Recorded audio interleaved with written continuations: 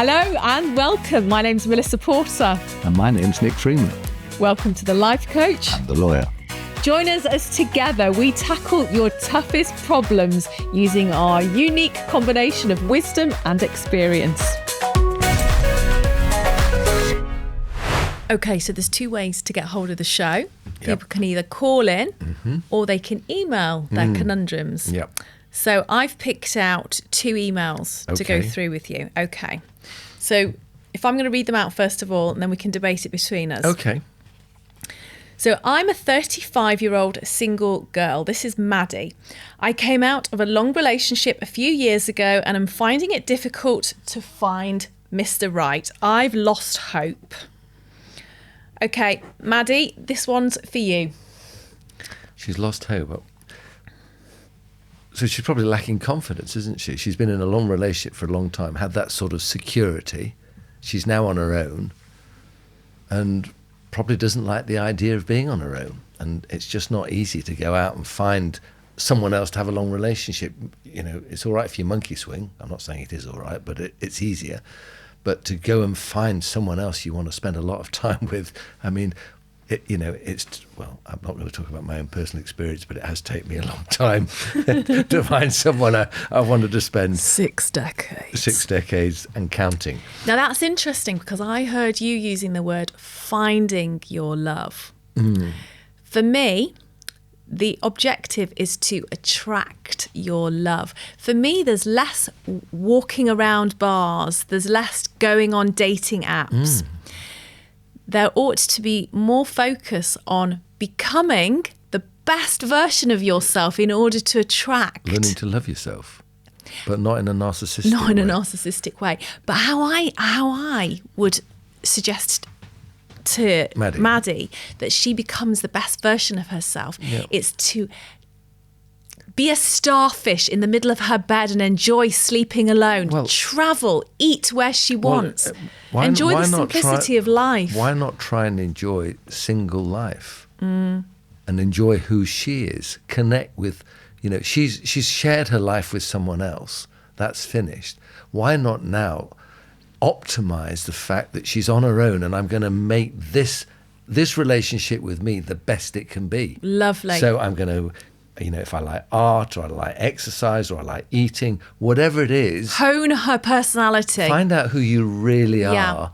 Develop it because you've been probably compromised a little bit because we know the relationship's broken down. So actually now make yourself who you really are. Become that best person and then you'll actually find the right person. And it takes so much courage to do that. Maddie, if you're listening to this, break away from the societal norm of kind of the treadmill of life, feeling that you're only normal if you're in a relationship. You're only normal if you go as a two to a dinner party. When I was single for years and years, I would happily, my friends didn't care that I was on my own. I would still get invited. And if I wasn't invited, I'd find a new friendship group that didn't judge the fact I was on my own. Yeah, she needs to rediscover who she is. I think, because I think she says she's lost. Well, society deems us lost as a woman of childbearing age. But forget these apps.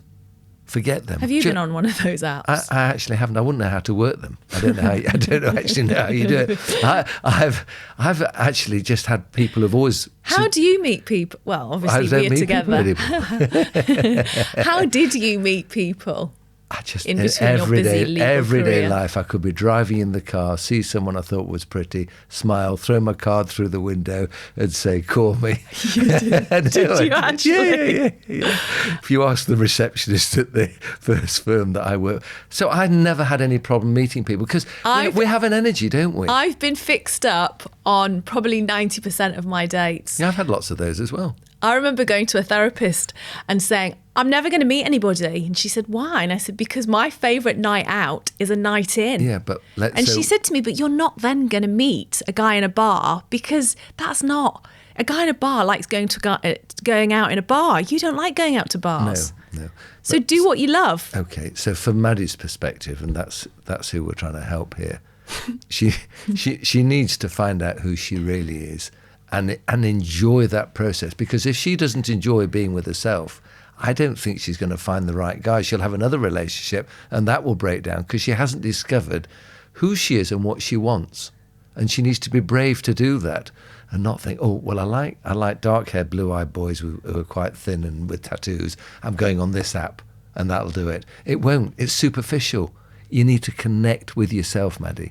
That's what you need to do. And that's about identifying your values, what you value, and friendship, family, loyalty, integrity. All the things that are important as opposed to identify them. What's on the outside. Not top show.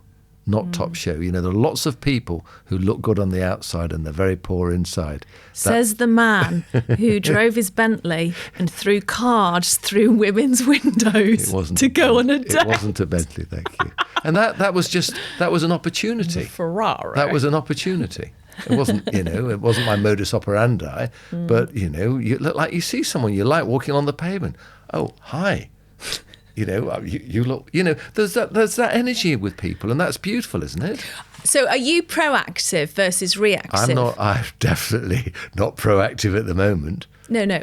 In the olden days. In the olden days, absolutely. So would you suggest to Maddie that if she likes the look of somebody... Absolutely. Reach out. If you see someone that you like... There's no taboo anymore? Not at all. Absolutely. I advocate that. In days when you actually woman. get told off for giving your seat up. Definitely no taboo. If you see someone you like, you go for it. Mm-hmm. The worst that can happen is he says, no, thank you. Okay.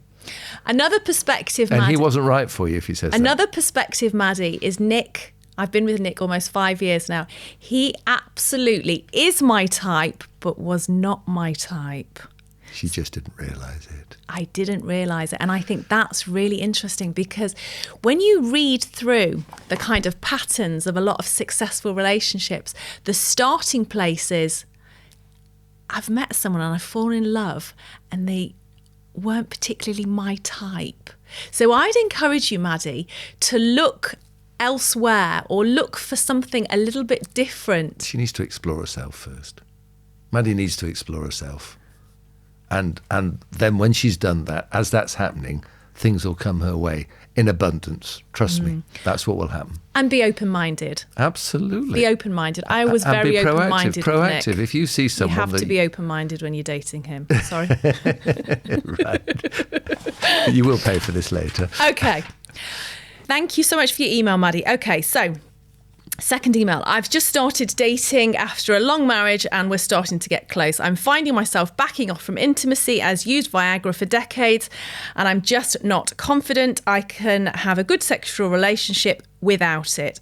I want to start living a healthy lifestyle and I'm not sure the two can coexist. That's interesting, isn't it? I'm completely anti-medication for myself. My advice to him, Ben.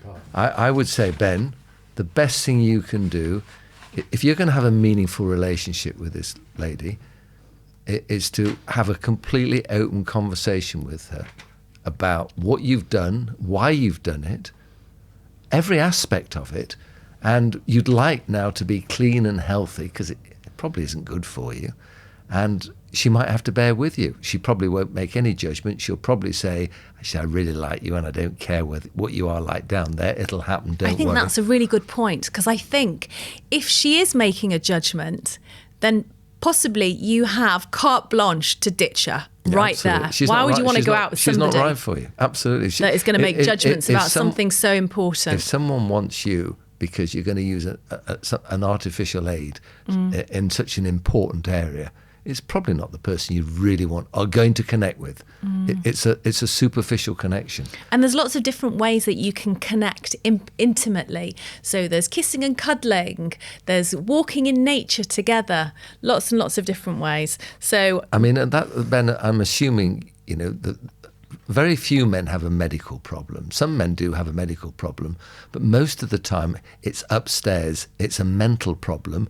It might be, because men are under pressure now for a whole variety of reasons, porn, the way we're expected to perform, the way we're expected to look, and it puts a huge onus of pressure on us.